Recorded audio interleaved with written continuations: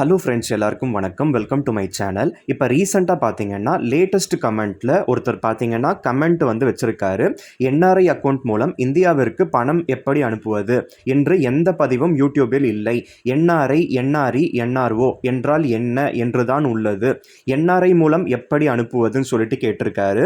இவரோட கேள்விக்கு வந்து ஒரு லைவ் வரலான்னு பார்த்தேன். சரி, ஒரு வீடியோ வந்து மேக் பண்ணி போடலாம், அது எல்லாருக்குமே பார்த்தீங்கன்னா பயனுள்ளதாக அமையட்டும் சொல்லிட்டு தான் நான் இந்த வீடியோ வந்து நான் மேக் பண்ணிக்கிட்டு இருக்கேன். ஸோ வீடியோ முழுக்க பாருங்க. ஃபாரின்ல போயிட்டு ஒர்க் பண்ற எல்லாருக்குமே பாத்தீங்கன்னா அவங்க எல்லாருமே பாத்தீங்கன்னா என்ஆர்ஐன்னு சொல்லப்படுவாங்க, நான் ரெசிடென்ட் இந்தியன்.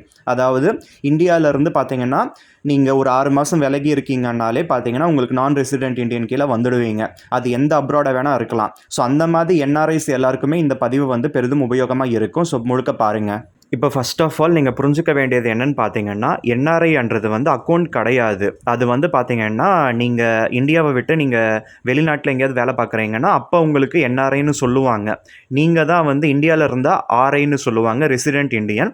அதுவே நீங்கள் வெளிநாட்டில் எங்கேயாவது வேலை பார்த்துக்கிட்டு இருக்கீங்கன்னா அப்போ உங்களை என்ஆர்ஐன்னு சொல்லுவாங்க, நான் ரெசிடென்ட் இந்தியன். ஓகேவா? இந்த ரெண்டுத்துக்கான வித்தியாசம் புரிஞ்சுக்கோங்க. அப்போ என்ஆர்ஐன்றது அக்கௌண்ட் கிடையாது, அது உங்களோட அந்த தன்மை, சிட்டிசன்ஷிப்னு சொல்லுவாங்கல்ல, அந்த மாதிரி நீங்கள் இந்தியாவில் இருந்தால் ரெசிடென்ட் இந்தியன், வெளிநாட்டில் வேலை பார்த்தா நான் ரெசிடென்ட் இந்தியன், அவ்வளோதான். அதுக்கு வந்து நான் சொல்லியிருந்தேன் பாருங்கள், அந்த இமேஜில் கூட போட்டிருந்தாங்க பாருங்கள். அதாவது ஒரு 6 மாதத்துக்கு நான் பார்த்தீங்கன்னா இந்தியாவில் இருக்கேன், அந்த வருஷத்துக்குன்னா நீங்கள் வந்து ரெசிடென்ட் இந்தியன் கீழே வருவீங்க. ஆனால் அப்படி இல்லாமல் அந்த ஒரு பர்டிகுலர் இயரில் நீங்கள் 6 மாதம் இல்லை அப்படின்னா நீங்கள் வெளிநாட்டில் தான் இருக்கீங்க அப்படின்னா உங்களுக்கு அது நான் ரெசிடென்ட் இந்தியன் கீழே வந்துடுவீங்க. ஸோ இப்போ பார்த்தீங்கன்னா என்ஆர்ஐஸு 2 அக்கௌண்ட் வந்து ஓப்பன் பண்ணி ஹேண்டில் பண்ணிக்கலாம். அதாவது வெளிநாட்டில் நீங்கள் வேலை பார்க்குறீங்கன்னா அந்த பர்டிகுலர் கண்ட்ரிலேயே நீங்கள் லோக்கலாக வந்து பேங்க் அக்கௌண்ட் யூஸ் பண்ணுறது அது நார்மல் அக்கௌண்ட்ஸ் கீழே வரும். ஓகேவா? ஏன்னா அங்கே வந்து உங்களுக்கு ரெசிடென்ட் கார்டு அந்த மாதிரிலாம் கொடுப்பாங்க, சிட்டிசன்ஷிப்ஸ் எல்லாம் கொடுப்பாங்க. அதனால் அவங்க ஊரில் அவங்க கண்ட்ரியில் நீங்கள் வந்து லோக்கலில் ஒரு அக்கௌண்ட் மெயின்டைன் பண்ணலாம். அதில் எல்லாமே பார்த்தீங்கன்னா லோக்கல் கரன்சியில் தான் உங்களுக்கு வந்து மணி வந்து கிடைக்கும் இல்லையா, டிரான்சாக்ஷன் எல்லாமே இருக்கும். ஓகேவா? ஆனால் அந்த காசை வந்து நம்ம இந்தியனில் அக்கௌண்ட்டுக்கு மாற்றணும், நம்ம இந்தியன் ருப்பியில் கன்வெர்ட் பண்ணணும்னா நீங்கள் 2 விதமான அக்கௌண்ட் வந்து யூஸ் பண்ணணும். அதுதான் லீகலு. ஒன்று வந்து என்ஆர்ஐ அக்கௌண்ட்டு, இன்னொன்று வந்து பார்த்தீங்கன்னா என்ஆர்ஓ அக்கௌண்ட்டு. இப்போ இந்த 2 அக்கௌண்ட்டுக்கான வித்தியாசம் என்னன்னு சொல்லிட்டு நம்ம இந்த வீடியோவில் பார்க்கலாம். ஸோ முதல்ல என்ஆர்இ அக்கௌண்ட்ன்றது நான் ரெசிடென்ட் எக்ஸ்டர்னல், என்ஆர்ஓ அக்கௌண்ட்ன்றது நான் ரெசிடென்ட் ஆர்டினரி. இப்போ என்ஆர்இ அக்கௌண்ட்டில் பார்த்தீங்கன்னா நீங்கள் வெளிநாட்டில் சம்பாதிக்கிறீங்க பார்த்தீங்களா, அந்த காசை அப்படியே நீங்கள் இந்தியன் கரன்சிக்கு நீங்கள் உடனே பார்த்தீங்கன்னா சம்பளம் வந்த பிறகோ இல்லைனா மாத செலவு போக மீதம் இருக்க காசையோ பார்த்தீங்கன்னா நீங்கள் எக்ஸ்சேஞ்ச் வந்து பண்ணிக்கலாம். ஸோ அந்த எக்ஸ்சேஞ்ச் ரேட்டெல்லாம் கூட பார்த்தீங்கன்னா உங்களுக்கு அதுக்கேற்ற மாதிரி மாறும். அது இந்தியன் கரன்சிக்கு வந்து கன்வெர்ட் ஆகிறதுனால உங்கள் லோக்கல் கரன்சி டு அந்த இந்தியன் கரன்சி எக்ஸ்சேஞ்ச் ரேட்டுக்கு ஏற்ற மாதிரி தான் அந்த பேங்க்கை பொறுத்து உங்களுக்கு டெபாசிட் வந்து பண்ணிக்கலாம், ட்ரான்ஸ்ஃபர் வந்து பண்ணலாம். ஓகேவா?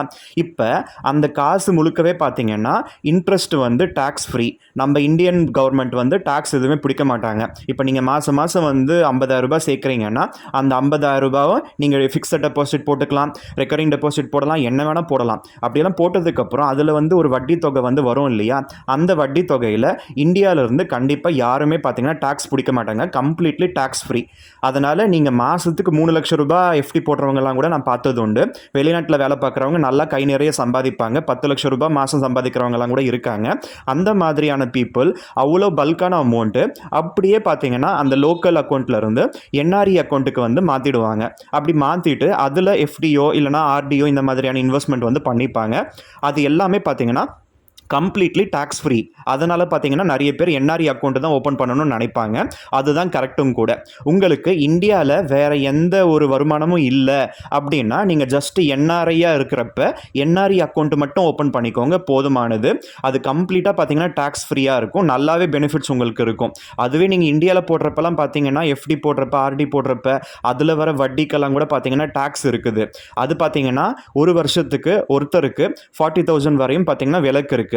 அந்த 40,000 ரூபாய்க்கு மேலே வந்து உங்களுக்கு பேங்க் அக்கௌண்ட்டில் வட்டி வருதுன்னா ஒரு வேளை 50,000 ரூபாய் வச்சுக்கோங்களேன், அந்த பேலன்ஸ் இருக்க அந்த 10,000 ரூபாய்க்கு உங்களோட அந்த டேக்ஸ் ஸ்லாபுக்கு ஏற்ற மாதிரி உங்களுக்கு நீங்கள் வந்து டேக்ஸ் வந்து கட்டலாம். அப்படி இல்லாத பட்சத்தில் டிடிஎஸ் அட் சோர்ஸ்ன்னு சொல்லுவாங்கள்ல, டேக்ஸ் டிடக்ஷன் அட் சோர்ஸ், அதில் பார்த்தீங்கன்னா பேன் கார்டு நீங்கள் கொடுத்துருந்தீங்கன்னா 10% வந்து பிடிச்சிடுவாங்க. அப்படி கொடுக்காத பட்சத்தில் 20% வந்து பிடிப்பாங்க. இதுதான் நார்மல் இந்தியன் சேவிங்ஸ் அக்கௌண்ட்டில், எஸ்பி அக்கௌண்ட்டுன்னு சொல்லுவோம்ல அதில். அதனால் ஃபார் எக்ஸாம்பிள் சொல்லியிருந்த அந்த 50,000 ரூபாயில் 40,000 அந்த பெனிஃபிட்ஸை கழிச்சிட்டு 10,000 ரூபாயில் பார்த்தீங்கன்னா உங்களுக்கு 10% 1,000 ரூபாய் வந்து உங்களுக்கு டாக்ஸ் பிடிப்பாங்க. இது வருஷத்துக்கான கணக்கு. அப்படி இருக்கப்ப நீங்கள் பல்கெல்லாம் டெபாசிட் பண்ணுறப்ப உங்களுக்கு அந்த வட்டியே பார்த்தீங்கன்னா உங்களுக்கு ரொம்பவும் குறைஞ்சிடும். அப்போ 7% வட்டி கிடைக்குதுன்னா அந்த டேக்ஸ் எல்லாம் போக உங்களுக்கு 5.4 அந்த மாதிரி கூட கிடைக்க சான்ஸ் இருக்குது. அவ்வளோதான், ரொம்ப கம்மியாயிடும் வட்டி. அதனால் எப்பயுமே வெளிநாட்டுக்கு போய் வேலை பார்க்குறவங்க என்ஆர்இ அக்கௌண்ட் ஓப்பன் பண்ணி அதில் டிரான்சாக்ஷன் பண்ணிக்கிறது நல்லது. ஓகேவா? அந்த என்ஆர்இ அக்கௌண்ட்லேருந்து உங்களோட ஃபேமிலிஸ்க்கு, உங்களோட ஃப்ரெண்ட்ஸ்க்கு, மற்ற அக்கௌண்ட்ஸ்க்கெல்லாம் பார்த்தீங்கன்னா நார்மலாக நெஃப்ட் பண்ணலாம், ஐஎம்பிஎஸ் பண்ணலாம், அந்த மாதிரியான எல்லா ஆப்ஷன்ஸும் இருக்கும். அது நார்மல் இந்த இந்தியனில் இருக்க அந்த சேவிங்ஸ் அக்கௌண்ட் மாதிரி தான். ஏன்னா உங்களுக்கு என்ஆர்ஐன்றதுனால உங்களுக்கு என்ஆர்இ அக்கௌண்ட்னு ஸ்டேட்டஸ் வரும், அவ்வளோதானே தவிர அதில் நீங்கள் யூபிஐ ஐடி யூஸ் பண்ணிக்கலாம், ஐஎம்பிஎஸ் ட்ரான்சாக்ஷன் பண்ணலாம், நெஃப்ட் ட்ரான்சாக்ஷன் பண்ணலாம். எல்லாமே பார்த்தீங்கன்னா நார்மலாக நம்ம இந்தியன் அக்கௌண்ட்டில் பண்ணுற மாதிரி என்ஆர்இ அக்கௌண்ட்லேயும் ஒரு என்ஆர்ஐயால் பண்ண முடியும்னு சொல்ல வரேன். அதே போல் இந்த என்ஆர்இ அக்கௌண்ட் ஓப்பன் பண்ணுறப்ப ஜாயிண்ட் அக்கௌண்ட்டாக வேணும்னா கூட ஓப்பன் பண்ணிக்கலாம். அதில் பார்த்தீங்கன்னா உங்களோட இந்தியாவில் இருக்க உங்களோட ஃபேமிலி மெம்பர்ஸை நீங்கள் வந்து ஜாயிண்ட் அக்கௌண்ட்டில் வந்து போட்டுக்கலாம். ஸோ ப்ராப்ளம் இல்லை. இது என்ஆர்இக்கும் பொருந்தும், என்ஆர்ஓக்கும் பொருந்தும். ஸோ ரெண்டுத்துக்குமே பார்த்தீங்கன்னா நீங்கள் என்ஆர்ஐ இருக்கிற பட்சத்தில் நீங்கள் இந்த அக்கௌண்ட்ஸ் ஓப்பன் பண்ணலாம். கூடவே பார்த்தீங்கன்னா உங்களோட ஃபேமிலி மெம்பர்ஸ் இந்தியாவில் இருந்தாலுமே பார்த்தீங்கன்னா அவங்கள ஜாயிண்ட் அக்கௌண்ட்டில் இன்க்ளூட் பண்ணிக்கலாம். ஸோ ஜாயிண்ட் அக்கௌண்ட் இருக்கப்போ உங்களுக்கு ஏதாவது ஆச்சுன்னா இன்னொருத்தவங்க பார்த்தீங்கன்னா அந்த செகண்ட் ஹோல்டர் அந்த அக்கௌண்ட்டை வந்து ஹேண்டில் பண்ணிக்க முடியும். ஸோ அது எப்போயுமே சேஃப் தான். அந்த மாதிரி கூட நீங்கள் ஓப்பன் பண்ணிக்கலாம். இதை தாண்டி என்ஆர்இ அக்கௌண்ட்டில் இந்த எஃப்சிஎன்ஆர்னு சொல்லுவாங்க, அந்த ஃபாரின் கரன்சியை அப்படியே பார்த்தீங்கன்னா நீங்கள் டெபாசிட் பண்ணிக்கலாம். இப்போ ஃபாரின் கரன்சியை நீங்கள் எக்ஸ்சேஞ்ச் பண்ணுறப்ப தானே உங்களுக்கு வந்து அந்த எக்ஸ்சேஞ்ச் ரேட் குறையுது, கூடுது, அந்த மாதிரிலாம் ப்ராப்ளம்ஸ் இருக்குது. அந்த ஃபாரின் கரன்சியை நீங்கள் அப்படியே பார்த்தீங்கன்னா டெபாசிட் போடுறது, அப்படியே பார்த்தீங்கன்னா நீங்கள் வந்து அக்கௌண்ட்டில் வச்சுக்கிறதெல்லாம் இருந்தீங்கன்னா உங்களுக்கு பார்த்தீங்கன்னா டாலர்ன்றது இன்றைக்கி வந்து 84 ரூபா கிட்ட வந்துருச்சு. ஆனால் ஒரு காலத்தில் 54 ரூபா 55 ரூபா தான் இருந்தது. இந்த மாதிரி அந்த டாலர்ஸ் அப்படியே வச்சுருக்கவங்களுக்கு அந்த கன்வர்ஷன் ரேட்லேயும் பார்த்தீங்கன்னா நல்லாவே பெனிஃபிட் வந்து இருக்கும். அந்த மாதிரி உங்களுக்கு அந்த கரன்சியை மாற்றாமல் நீங்கள் அப்படியே வச்சுக்கிட்டு வேறு எங்கேயாவது நீங்கள் நாட்டுக்கு போகிறப்ப நீங்கள் யூஸ் பண்ணிக்கணும்னு நினச்சிங்கன்னா அப்போ இந்தியன் கரன்சிக்கு மாற்றிக்காதீங்க. அப்போ உங்களுக்கு வேஸ்ட் ஆகும். அந்த கன்வர்ஷன் ரேட்லேயே பார்த்தீங்கன்னா காசு எல்லாம் வீணாக போயிடும். அதனால் அந்த மாதிரியான பீப்புள் எஃப்சிஎன்ஆர் போட்டுக்கோங்க. அப்போ அந்த கரன்சி அப்படியே வந்து உங்களுக்கு இன்ட்ரெஸ்ட் வந்து ஜென்ரேட் பண்ணும். அதே போல் அந்த கரன்சி வந்து டாலர்னா டாலர்லேயே இருக்கும், ஸோ திராம்ஸ்னா திராம்ஸ்லேயே இருக்கும், இந்த மாதிரி பவுண்ட்ஸ்னா பவுண்ட்ஸில் இருக்கும், இந்த மாதிரி இருக்கும். அந்த எஃப்சிஎன்ஆர் டெபாசிட் கூட நீங்கள் போட்டுக்கலாம். அதே போல் அந்த என்ஆர்இ அக்கௌண்ட்டில் இந்த மாதிரி எல்லாம் கூட ஆப்ஷன்ஸ் இருக்குது, நீங்கள் பார்த்து யூஸ் பண்ணிக்கலாம். ஸோ எஃப்சிஎன்ஆர்ன்றது என்னென்னா foreign currency non resident account, FCNR அக்கௌண்ட்டுன்னு சொல்லுவாங்க. அதுவுமே பார்த்தீங்கன்னா என்ஆர்ஐஸால் என்ஆர்இ அக்கௌண்ட்டில் வந்து மெயின்டைன் பண்ண முடியும். அந்த ஆப்ஷன்ஸ் எல்லாமே இப்போ எல்லாமே நெட் பேங்கிங்கில் வருது இல்லையா, ஈஸியாக நம்மளால் பண்ணிக்க முடியும். இப்போ என்ஆர்இ அக்கௌண்ட்ஸ், அதாவது என்ஆர்ஐக்கு என்ஆர்இ அக்கௌண்ட்ஸ் எல்லாத்துக்குமே பார்த்தீங்கன்னா 7% வரையுமே நிறைய பேங்க் வந்து ப்ரொவைட் பண்ணுறாங்க. அந்த 7% இன்ட்ரெஸ்ட் ரேட் வந்து கம்ப்ளீட்லி டேக்ஸ் ஃப்ரீ. அது உங்களுக்கு பார்த்தீங்கன்னா ஃபுல்லுமே பார்த்தீங்கன்னா உங்களுக்கு அந்த காசு கூட கூட சேர்ந்துக்கிட்டே இருக்கும். அந்த கம்பவுண்டிங் எல்லாம் நல்லாவே இருக்கும். அதனால் நீங்கள் அந்த மாதிரி மெயின்டைன் பண்ணிக்கோங்க. என்ஆர்இ அக்கௌண்ட் ஓப்பன் பண்ணிக்கோங்க, அதிலிருந்து ஹேண்டில் பண்ணிக்கோங்க. இப்போ நான் என்ன சொல்ல வரேன்னா என்ஆர்ஓ அக்கௌண்ட்னா என்னன்னு பார்க்கலாம். உங்களுக்கு ஒரு வேளை இந்தியாவில் பார்த்தீங்கன்னா வீடு கட்டி விட்டுருக்கீங்க, அதிலிருந்து வாடகை வருது, அந்த வாடகைங்க இங்கே இந்தியாவில் பிஸ்னஸ் ஏதோ ஓடிக்கிட்டு இருக்கு, அந்த பிஸ்னஸில் வந்து வர வருமானம் வந்து பார்த்தீங்கன்னா இந்த மாதிரி இந்த இந்தியாவில் நீங்கள் வெளிநாட்டுக்கு போய் வேலை பார்த்தாலும் இங்கே இந்தியாவில் பார்த்தீங்கன்னா உங்களுக்குன்னு வருமானம் வந்துக்கிட்டே இருக்கும் இல்லையா, அந்த மாதிரி எந்த இன்கமாக இருந்தாலும் அந்த இன்கம்மை வந்து உங்களோட நார்மல் அந்த எஸ்பி அக்கௌண்ட்டை வந்து நீங்கள் என்ஆர்ஓவை மாற்றிடணும். அப்படி மாற்றிட்டு அதில் தான் டிரான்சாக்ஷன் வச்சுக்கணுமே தவிர அப்படி நீங்கள் மாற்றலைன்னா அது இல்லீகல் கீழே வரும். நார்மலாக நிறைய டிரான்சாக்ஷன் பண்ணாதவங்களுக்கு எல்லாம் பிரச்சனை கிடையாது. ஸோ அந்த மாதிரி நீங்கள் மாற்றாமல் நீங்கள் டிரான்சாக்ஷன் பண்ணிங்கன்னா அதுவுமே ப்ராப்ளம் தான். அதையுமே நீங்கள் வந்து மனசில் வச்சுக்கோங்க. பட் ஆனால் அந்த என்ஆர்ஓ அக்கௌண்ட்டில் பார்த்தீங்கன்னா உங்களுக்கு இன்ட்ரெஸ்ட்டுன்னு ஏதாவது வரும் இல்லையா, நீங்கள் அக்கௌண்ட்டில் சும்மா வச்சுருந்தா கூட 3 மாதத்துக்கு ஒரு தடவை வட்டி போடுவாங்க.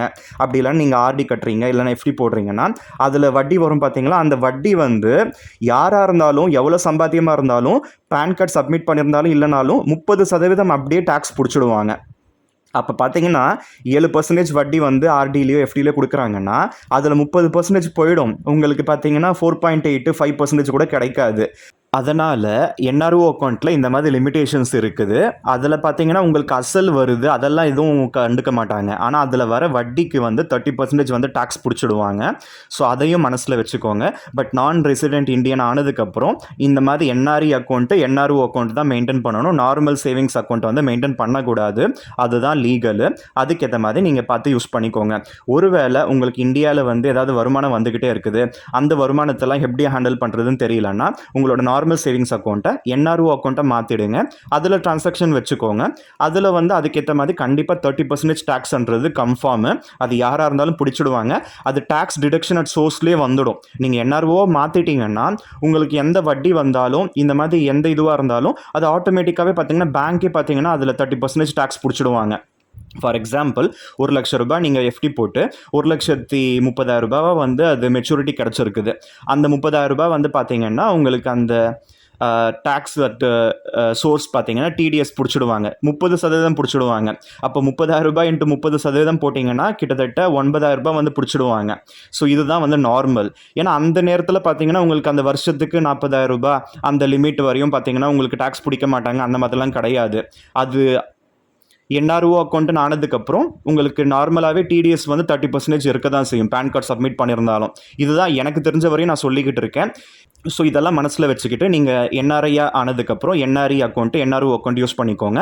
நார்மலாக என்ஆர்இ அக்கௌண்ட்லேருந்து பார்த்தீங்கன்னா நீங்கள் நார்மலாக இந்தியன் அக்கௌண்ட்ஸ்க்கெல்லாம் ட்ரான்ஸ்ஃபர் பண்ணிக்கலாம். அதே போல் என்ஆர்ஓ அக்கௌண்ட்லேருந்தும் பார்த்தீங்கன்னா நீங்கள் நார்மலாக இந்தியன் அக்கௌண்ட்டில் சேவிங்ஸ் அக்கௌண்ட் வச்சு நீங்கள் என்னென்னலாம் பண்ணுவீங்களோ அது எல்லாமே பண்ண முடியும். இதை எல்லாத்தையும் தாண்டி இந்த 2 அக்கௌண்ட்லேருந்து நீங்கள் வெளிநாட்டுக்கும் பார்த்தீங்கன்னா பணம் வந்து ட்ரான்ஸ்ஃபர் பண்ணிக்கலாம். ஆனால் அந்த எக்ஸ்சேஞ்ச் ரேட்டு, அந்த சார்ஜஸ் எல்லாமே அப்ளிகபிள் தான். ஸோ நான் இந்த வீடியோவில் சொன்ன தகவல் எல்லாமே பார்த்தீங்கன்னா என்ஆர்ஐஸ்க்கு வந்து பெரிதும் உபயோகமாக இருக்குன்னு சொல்லிட்டு நான் நம்புகிறேன். ஸோ இந்த வீடியோவில் சொன்ன தகவல்கள் எல்லாமே உங்கள் எல்லாருக்கும் பிடிச்சிருந்தா மறக்காமல் இந்த வீடியோவுக்கு லைக் பண்ணுங்கள். உங்கள் ஃப்ரெண்ட்ஸ் அண்ட் ஃபேமிலி மெம்பர்ஸ்க்கு ஷேர் பண்ணிக்கோங்க. மேலும் இது போன்ற தகவல்கள் எளிதில் பெற நம்ம சேனல் கீழே இருக்க அந்த ரெட் கலர் சப்ஸ்கிரைப் பட்டனை சப்ஸ்கிரைப் செஞ்சுக்கோங்க. பக்கத்தில் ஒரு பெல் பட்டன் வரும். அதில் ஆல் நோட்டிஃபிகேஷன் வர மாதிரி கிளிக் பண்ணி வச்சுக்கோங்க. அப்போ தான் நான் இந்த சேனலில் வீடியோஸ் போடுறப்ப உங்களுக்கு இன்ஸ்டன்ட் அப்டேட்ஸ் வந்துக்கிட்டே இருக்கும். நீங்களும் மறக்காமல் நம்மளோட வீடியோஸை பார்ப்பீங்க. So see you with another interesting video. Until then, have a great day. Bye bye.